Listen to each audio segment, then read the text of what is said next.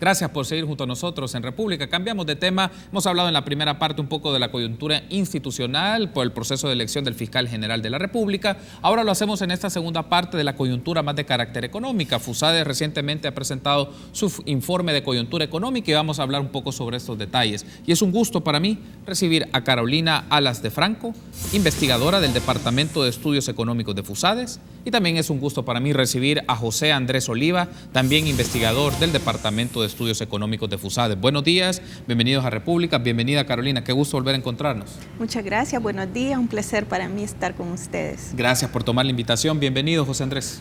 Muchas gracias Carlos, muchas gracias a los que nos van a atender con su amable audiencia. No, gracias a ustedes por tomar la invitación y tenemos muchos temas que desarrollar, ojalá el tiempo nos lo permita, pero si les parece iniciamos un poco con esto. Carolina, se presentó el informe, se dio conferencia de prensa, para efectos un poco de nuestra audiencia, ¿cuáles destacaría como los principales puntos de este informe de coyuntura económica al cierre del 2018 por parte de FUSADES? Sí, este informe que ya recoge bastante lo que ha ocurrido en la mayor parte del año, sí. Lo que vemos es que la economía sigue con un lento crecimiento y que la generación de empleo sigue baja, no sigue respondiendo a la demanda que hay de empleo. Entonces es un crecimiento bajo y vemos en un entorno internacional que ha sido favorable, que sin embargo tiene sus riesgos por cuanto se mira un aumento en las tasas de interés,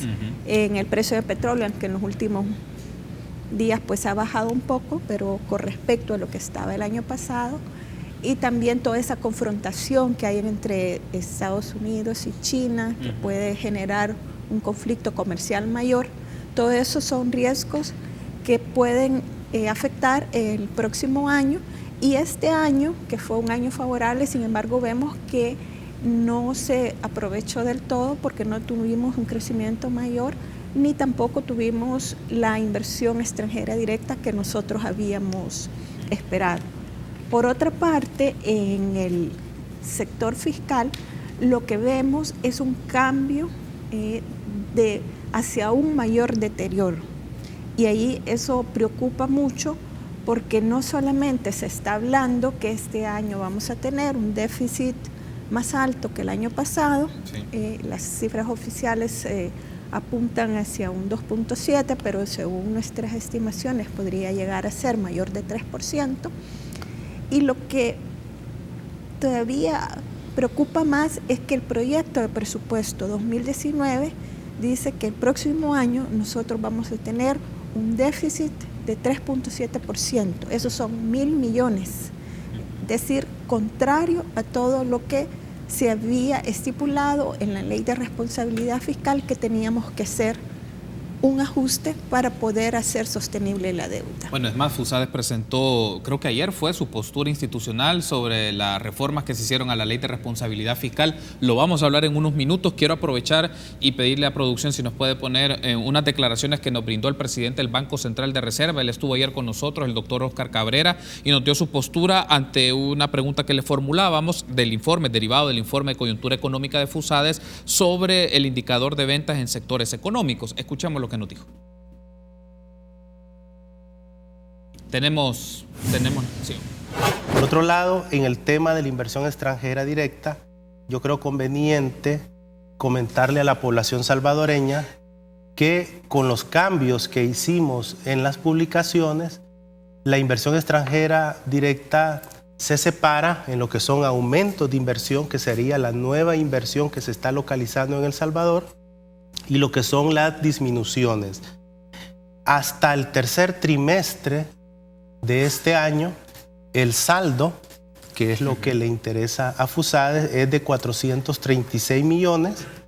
Los aumentos de inversión, y creo que esto es muy importante porque FUSADES quería proponer que la inversión alcanzara 1.000 millones. Sí. Pues ya lo conseguimos. Los aumentos de inversión andan cercano a los 1.000 millones de dólares, pero las disminuciones son 551. ¿Qué son estas disminuciones? Se refieren a toda aquella rentabilidad que las empresas extranjeras generan en El Salvador y que trasladan a sus casas matrices. Muy bien, ahí teníamos entonces las declaraciones del doctor Oscar Cabrera. En este corte se refería a la inversión extranjera directa, José, y tener un poco la reacción. Él mencionaba que el interés de FUSADES era el tema del saldo, pero también insistía de que ya se había sobrepasado un poco la estimación de inversión extranjera directa. Me gustaría tener una reacción a ese comentario. Pues, bueno, yo agradezco pues la oportunidad. Es una cosa muy sencilla esto. Los flujos de inversión extranjera directa que se registran y que nosotros tomamos con informe tras informe están referidos al saldo. Sí. Cuando vemos Consejo Monetario Centroamericano u otras instituciones, siempre se refieren al saldo, porque es pues las entradas menos las salidas para evaluar cuánto es que entró y se quedó, en pocas palabras. Nosotros tenemos disponibles hasta el segundo trimestre, o sea, el primer semestre. Y tenemos registrada una reducción, porque se había tenido en el primer semestre 287 y el año pasado 406. Entonces, pues es un flujo menor para este año en cuanto a saldo neto. Y es muy importante ver el reflejo de Centroamérica, ¿verdad? O sea, ¿cómo es posible que países que tengan similares características, similares dificultades, pues reciban un saldo neto más alto? Costa Rica tiene 1.209, una gran envidia de la buena, ¿no? Nicaragua, con todos sus problemas, tiene 416, que se acerca a los 436 millones que menciona el presidente del Banco Central. Con respecto hasta el tercer trimestre. Los datos que nosotros tenemos y revisamos están hasta el primer semestre. Quiero aprovechar porque también tenemos otro corte de esa entrevista que tuvimos ayer con el doctor Oscar Cabrera, y él daba una mención. Este corte es sobre que no comparte el informe de coyuntura de FUSADES y nos dice por qué razones. Escuchemos. No compartimos la postura de FUSADES. Por un lado, FUSADES utiliza indicadores cualitativos basados en encuesta de opinión. El Banco Central utiliza todo el aparato del Sistema de Cuentas Nacionales 2008, y en el cual lo que nos registra la producción de bienes y servicios es que el crecimiento económico al primer semestre es de 2.8%, y nuestras previsiones para este año son cercanas al 2.6%. Sí. Bien, ahí teníamos entonces el comentario del presidente del Banco Central de Reserva. Me gustaría tener su reacción. Carolina, él menciona que no comparte el informe cuando se le consultaba sobre el tema de los sectores económicos que habían tenido más dinamismo, según lo presenta el informe de FUSADES, y él menciona que los indicadores que utiliza FUSADES son más de carácter cualitativo, en cambio los del Banco Central de Reserva provienen del Sistema de Cuentas Nacionales. ¿Su reacción? Sí, aquí es una pregunta que nos permite aclarar que nosotros usamos las cifras oficiales y las complementamos también con indicadores que hacemos a través de encuesta a más de 500 empresas. Entonces aquí podemos tener un resultado en la cual podemos evaluar por qué este indicador va por un lado, por qué va por este otro, o si todos nos dan hacia lo mismo. Y realmente lo que nosotros vemos es que tenemos un crecimiento bajo, que puede ser 2, puede ser 2.3, 2.4, 2.5, pero siempre es un crecimiento bajo. Y además, en las últimas cifras oficiales que vemos que el IVAE baja bastante con respecto al mes de septiembre del año pasado. Entonces, el año pasado era 3.2 y este es 1.4. Si usted mira el PIB trimestral que está al segundo trimestre, ahí es como que hubiera mejorado, pero todavía ese PIB del segundo trimestre, que es un dato oficial, tanto el PIB trimestral como el IVA son datos del Banco Central de Reserva. Entonces, los datos del Banco Central de Reserva a septiembre, viendo el IVAE, nos dice que se ha desacelerado bastante la economía, y es porque ya el IVAE a septiembre ya toma en cuenta el resultado de la sequía de la economía. Entonces es muy importante ver diferentes datos oficiales, y los últimos nos están dando una señal, ¿verdad?, que la sequía que nosotros tuvimos va a afectar y probablemente no vamos a crecer con la cifra oficial, que ya era una tasa de crecimiento que estaba baja. Muy bien, debo de hacer una pausa. Al regresar me gustaría que hablemos un poco sobre el tema de la incertidumbre en las actividades económicas. Fue uno de los aspectos que también se mencionó en el informe de coyuntura de FUSADES, y hablar un poco del tema fiscal y del presupuesto, si les parece. Volvemos en minutos.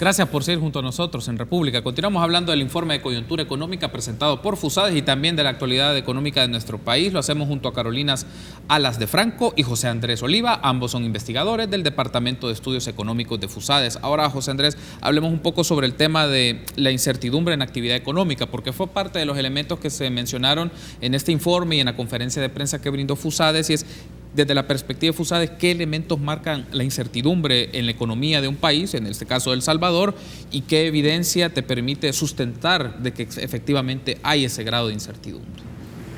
Bueno, Carlos, evidentemente una economía para crecer necesita inversión, y la inversión es un ejercicio netamente de proyección. Es una cuestión de que uno necesita tener un emprendimiento, una apuesta, y eso es muy importante desde el punto de vista del sector privado, ¿verdad? O sea, la economía necesita emprendedores, nuevos negocios y algo que se resume en la inversión, y la inversión necesita ver hacia el futuro, ¿verdad? Entonces, cuando nosotros hablamos de incertidumbre, pensamos también en términos sistémicos. O sea, es una cuestión que, o sea, estamos hablando de un negocio, de una empresa, pero también atañe a todo el país, ¿verdad? Entonces, a través de las encuestas que hace FUSADES, cuando se le pregunta a los empresarios desde el punto de vista de ellos cómo evalúa el clima de inversión, siempre salta la respuesta, ¿verdad? Hay una incertidumbre en el sentido de qué va a pasar. Si esta proyección que tengo hacia el futuro para esta inversión que me estoy proponiendo está acorde a ciertos parámetros, ciertos retornos razonables, etc. Y si no hay un exabrupto, un cambio complicado, si la regla de juego en el sentido de que el conjunto de leyes que estaban en el momento que hice la inversión se mantienen igual. Pero si eso no es así, pues un empresario se lo piensa 2 o 3 veces a la hora de hacer una apuesta de una cantidad fuerte también, ¿verdad? O sea, de alguna forma eso también explica por qué la inversión extranjera directa es una de las menores en Centroamérica, porque los inversionistas extranjeros también sopesan país por país, ¿verdad? Entonces, por ejemplo, desde el punto de vista fiscal, que es lo más palpable, tener una deuda alta en sí mismo es un factor de incertidumbre, porque no solo es alta, sino que sigue una trayectoria insostenible. Entonces, ¿qué medidas, qué cuestiones se van a hacer para que no siga esa trayectoria? Y si esa respuesta no se responde a cabalidad, pues genera incertidumbre. Ok, quiero aprovechar también, y tenemos un último corte de esta entrevista con el doctor Óscar Cabrera, presidente del Banco Central de Reserva. Luego hablaremos un poco del tema fiscal y del presupuesto, y vamos a aprovechar también la posición institucional de FUSADES, como el comunicado del Fondo Monetario y una postura de ICEFI sobre esto. Pero en este corte de la entrevista con el doctor Cabrera, él habla un poco sobre la incertidumbre y nos dice cuál es su perspectiva o su opinión de qué elementos marcan la incertidumbre en la actividad económica del país. Escuchemos. La incertidumbre es una variable muy importante, no solo en la economía salvadoreña, sino intrínseco al sistema capitalista. Pero yo creo que la población debe saber por qué ha aumentado la incertidumbre. Esto ha aumentado, primero, la dolarización es una decisión de política económica que primó por los empresarios importadores y por el sector financiero en contra de los empresarios que producían bienes y servicios que eran pues exportados, ¿verdad? Otro es obviamente todo el proceso de privatización del sistema financiero generó también mayor incertidumbre. Y por último, las élites optaron por financiar el gasto público y la inversión con impuestos indirectos. Casi el 60% de los impuestos son de naturaleza indirecta y están en función del ciclo económico, y también a través del endeudamiento. Bien, entonces ahí en las declaraciones de Óscar Cabrera menciona, para él los elementos que marcan la incertidumbre son la dolarización, un poco el tema de los impuestos o el esquema tributario que se tiene en el país y también la privatización del sistema financiero. ¿Usted coincide, Carolina, con esa perspectiva o un poco hay que hacer el contraste con lo que mencionaba, por ejemplo, José Andrés hace un momento, el tema de la deuda, el tema de las reglas? ¿Cuál es su reacción? Totalmente contrario a lo que él dice. Incluso algunos de los factores que él menciona son más de dar seguridad. En realidad, lo que nosotros hacemos es una encuesta a los empresarios. O sea, eso viene directamente de los empresarios y en este momento actual, no de hechos que ocurrieron hace mucho y que han dado mayor certidumbre a lo que está sucediendo. Por ejemplo, la dolarización, usted puede preguntar a varios empresarios y le dicen, eso ha dado la certidumbre, sobre todo en una época donde hay tendencia a expandir el gasto. La dolarización lo que ha permitido es cierto límite, no como debería ser, pero eso también ha mantenido una inflación baja y por lo tanto, si tenemos una inflación baja, las tasas de interés son bajas. Entonces, eso da certidumbre, ¿verdad? Por otro lado, lo que pudiera ser de que los exportadores, ciertamente, cuando usted deprecia la moneda, en términos nominales, ganan competitividad, pero es una competitividad de corto plazo.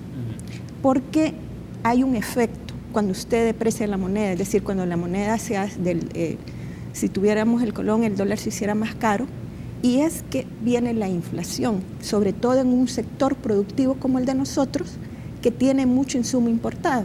Entonces usted hace el dólar más caro con respecto a la moneda nacional y todas esas importaciones vienen más caras y hace la inflación.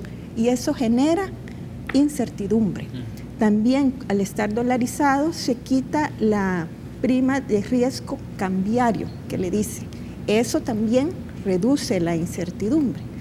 Y además, si usted analiza históricamente lo que ha sucedido en el país, nosotros ciertamente teníamos un tipo de cambio, pero ese tipo de cambios se mantuvo fijo por años, ¿verdad? Hasta que tuvimos el conflicto y en un determinado momento ya no habían dólares porque había mucha incertidumbre y se venían las devaluaciones y eso rápidamente se comía por la inflación. Entonces aquí también el sistema cambiario, incluso cuando estábamos con el colón, era de tipo de cambio fijo, entonces no se recurría a devaluaciones para la competitividad. Entonces se está comparando como una realidad que nunca ocurrió aquí, de que teníamos para generar competitividad de corto plazo las devaluaciones. Eso por un lado. Por otro lado, él habla de la nacionalización de la banca. Y yo creo que lo que da certidumbre es tener un sistema financiero sólido, que ahorita tenemos un sistema financiero sólido. Recordemos que la banca era una banca privada. Lo que se hizo fue nacionalizarla, ¿verdad? Entonces, cuando se dice privatizarla, realmente es que se revirtió esa nacionalización que se hizo de una banca privada, ¿verdad? Entonces, la certidumbre no se la da el que haya un banco en manos del gobierno o un banco en el sector privado. La certidumbre se la da que hay un buen manejo del sistema financiero y que haya estabilidad macroeconómica. Y eso ha sido una de las fortalezas que, a pesar de muchas cosas, hemos logrado mantener y que nos da esa fortaleza. Tenemos una mora que es baja y eso también nos da certidumbre.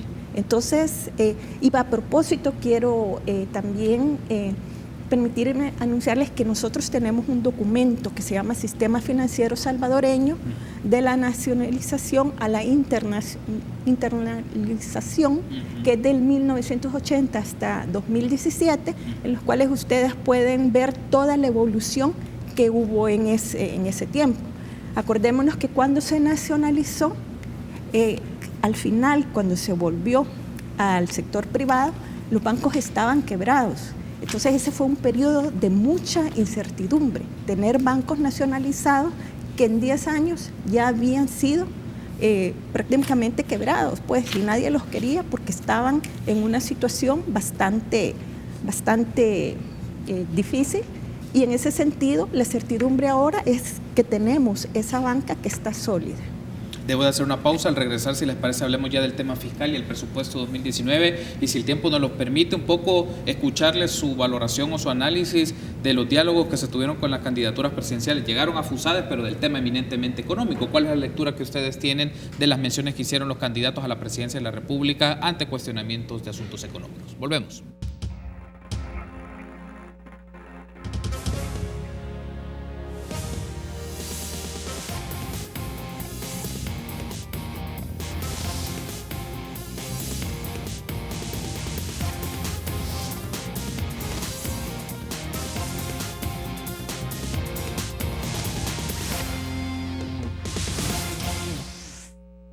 Gracias por seguir junto a nosotros en República. Último bloque, estamos hablando con Carolina Alas de Franco y José Andrés Oliva, investigadores del Departamento de Estudios Económicos de FUSADES. Quiero pedirle en este momento a producción si nos puede poner en pantalla un extracto de la posición institucional de FUSADES sobre la Ley de Responsabilidad Fiscal, para ponerlo en pantalla en este momento, y eso nos permitiría ampliar la discusión. Dice así entonces: tanto la práctica como la reforma han sido contrarias a lo que se estipuló, de manera que una ley cuyas metas no se cumplen trae más perjuicio que beneficio al país. Asimismo, la experiencia ha indicado que contar con una ley de responsabilidad fiscal no basta y que nada sustituye la responsabilidad y fuerte liderazgo del órgano ejecutivo, que es el llamado a preservar la estabilidad financiera del Estado. Este es un extracto de esta posición institucional de FUSADES. Ahora también quiero pedir a la producción si nos pone en pantalla una parte del comunicado del Fondo Monetario Internacional, que eso lo presentaron a mediados de noviembre y da una posición sobre ello y nos permite cómo hacer este contraste. Tanto la práctica como la reforma, se refiere a la Ley de Responsabilidad Fiscal, han sido contrarias a lo que se estipuló, de manera que esta es la anterior, esta es del Fondo Monetario, de FUSADES, perdón, lo que estamos leyendo en este momento. Así que si podemos corregir y poner la del Fondo Monetario. Ok, lo leo entonces acá. Con respecto a la disciplina fiscal, las modificaciones propuestas a la Ley de Responsabilidad Fiscal representan un paso en la dirección correcta. De acuerdo con las mejores prácticas, la ley revisada limita la evasión fiscal y aspira a reducir el consumo del gobierno. La ley debería garantizar que la deuda se coloque firmemente en una trayectoria decreciente. Este es un extracto de lo que mencionó el comunicado del Fondo Monetario Internacional publicado el 16 de noviembre. Entonces me gustaría, José Andrés, tener este contraste, un poco primero conocer las razones o la justificación de esta postura institucional de FUSADES sobre las reformas de la Ley de Responsabilidad Fiscal y cómo se contrasta con la postura del Fondo Monetario Internacional, que básicamente menciona o le da un respaldo a estas reformas. Muy puntualmente, la Ley de Responsabilidad Fiscal que se aprobó en 2016, a finales de 2016, planteaba una gradualidad en el descenso del déficit. En esencia, el déficit fiscal que permanezca alto, que sea de una cantidad importante, y nos aproximamos a 1.000 millones en el 2019, no trae consigo efectos positivos, sobre todo cuando son muchos años. Entonces, 2016 se planteaba esta ley que hacia 2019 se iba a reducir 3 puntos, pero en el camino, en la práctica, el déficit, en lugar de reducirse, se amplió.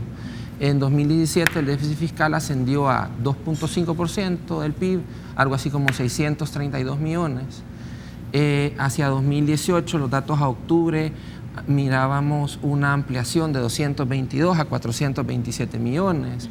Y esto está muy concentrado en el gasto corriente, sin intereses y sin pensiones, porque en ese mismo trayecto se dio una reforma de pensiones que aliviaba la carga del Estado.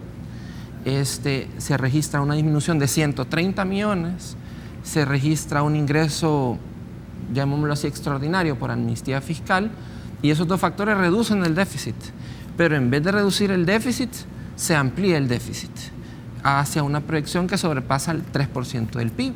Entonces, ese conjunto de elementos van en la dirección contraria al espíritu y propósito que la ley se planteó en su forma original. Uno pudiera pensar, hay una crisis internacional en estos momentos o hay un declive en la economía. Así tal cual, 2009 no lo hay. Entonces, no hay una razón suficiente como para no haber continuado además de tener elementos que favorecían disminuir el déficit, que incremente, ¿verdad? Entonces, desde el punto de vista de las modificaciones de la ley, hay algunos elementos, hay un artículo específico que dice que hay un ajuste de 3%, pero no se dice exactamente sobre qué indicador es, por ejemplo. Eso le da ambigüedad. También se plantea de que hay alguna información que se va a dar hasta que acabe el ejercicio fiscal, entonces eso disminuye la transparencia. Entonces, estos elementos nos llevan a un déficit fiscal alto. Y pues para resumir y terminar, si uno se pone a pensar, bueno, ¿cuál es el propósito? El gasto en educación sigue en el mismo nivel y 2019 es el mismo 3.7%. El gasto en inversiones importantes sube un poco, pero el grueso es remuneraciones y bienes y servicios. Ahí está creciendo más. Y la nueva ley reformada dice que eso tiene que crecer menos que el PIB nominal, pero en estos momentos está creciendo 8%. Entonces va a seguir continuando con el incremento como porcentaje del PIB en vez de irse reduciendo. Esa contradicción es la que nosotros vemos que no es conveniente para el país. Retomando un poco estas declaraciones de José Andrés, Carolina, ¿cómo queda la posición de FUSADES sobre el contraste del Fondo Monetario? Porque el Fondo Monetario ha tenido reuniones en el transcurso del año, en alguna medida establece también en sus comunicados que se reúne no solamente con funcionarios de gobierno, con otros funcionarios públicos, con representantes de partidos políticos, liderazgos y candidaturas, y básicamente da un respaldo a esta propuesta de reforma. Digamos, en alguna medida podría tener consecuencia o una consonancia más bien, porque es parte de las reuniones que han tenido con el gobierno en el transcurso del año. Entonces, ¿cómo reacciona FUSADES un poco sobre esta postura, digamos, porque es un acreedor o también un asesor técnico en algunas decisiones que toma en materia de hacienda pública el gobierno? Sí, bueno, el fondo deberá aclarar en qué se basó esa declaración. No podemos nosotros elucubrar sobre qué está basando eso, pero nosotros sí podemos analizar las cifras y los datos oficiales. Y en ese sentido no compartimos ese comunicado, porque las cifras fiscales ahora no es que creamos o no, sino que ya está que se está ampliando el déficit, ya está que el proyecto de presupuesto aumenta. Veníamos del 2016, el déficit era 3.1%. Este es un año importante porque es el año base donde se emite la ley de responsabilidad fiscal, que nos dice que había que tener un ajuste de 3 puntos. En 2017, 2019. Pero en el 2017 ciertamente hay cierto ajuste, 2.5%, en el 2018 ya no, porque el déficit aumenta y en el 2019 aumenta todavía más. Entonces la reforma lo que hace es, mire, yo no voy a hacer el ajuste, porque yo tenía 2017, 2019, yo no lo hice en 2017, lo hice en 2017, en el 2018 ya no, ni mucho menos en el 2019. ¿Y qué pasa? Se presentó un proyecto de presupuesto que no era acorde con la ley de responsabilidad vigente, porque la ley de responsabilidad vigente estipulaba que iba a ser durante el 2017 y 2019. Lo que la ley no dice es cuánto en cada año, pero se supone que le da ese tiempo para que sea un ajuste gradual y que no sea un ajuste drástico. Entonces ahora dice, no, el periodo en el cual se va, que ahí lo llaman de consolidación, es de ahora ya no va a ser 17 al 19, sino que va a ser del 17 al 21. Entonces, como el 17 y el 18 ya pasaron, lo pone 19, 20 y 21. Pero si usted, aquí hay otra contradicción, si usted presenta un proyecto de presupuesto que le dice que en el 2019 el déficit se amplía, entonces es mentira que va a ser 19, 20, 21, sino que lo está llevando al 20 y al 21, que es menos gradual. Y lo que nos dice esto, y es muy importante, es que una ley, por más que tengamos una ley de responsabilidad fiscal, si no hay voluntad, si no hay liderazgo para cumplirla, no se va a cumplir.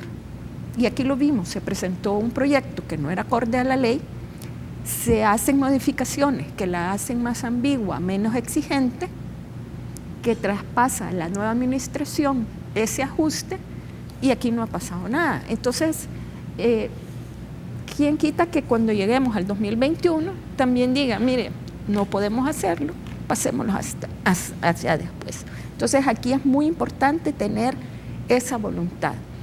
Y eso es lo más importante, digamos, pero también las exigencias sobre la información que debe dar en el tiempo en que la debe dar el Ministerio de Hacienda, con las reformas se hizo más laxa. Entonces, ¿cuál es el sentido de esa modificación? Debería de ser más información y una seriedad en lo que está establecido en esa ley. Muy bien, quiero darle las gracias por haberme acompañado, Carolina, José Andrés. Le vamos a llevar seguimiento al tema del presupuesto. Justamente la expectativa que se tiene desde el gobierno es que se pueda aprobar antes del cierre del 2018 para que pueda operar desde el 2019 y tener una lectura sobre esto. En la medida que esté más cerca este proceso de toma de decisión, escucharles a ustedes y también tener la noción de otras expresiones que se tienen del estudio de la economía y de la hacienda pública. Gracias, José Andrés, por haber estado con nosotros. Le agradezco mucho, Carlos, y gracias a Carolina. Gracias. Que vinimos. No, gracias a ustedes por la invitación, por habernos acompañado, Carolina. Muchas gracias y toda la teleaudiencia que nos escuchó. Bueno, muy amables. Gracias a ustedes por habernos acompañado. Nos encontramos mañana, 6:30 en República.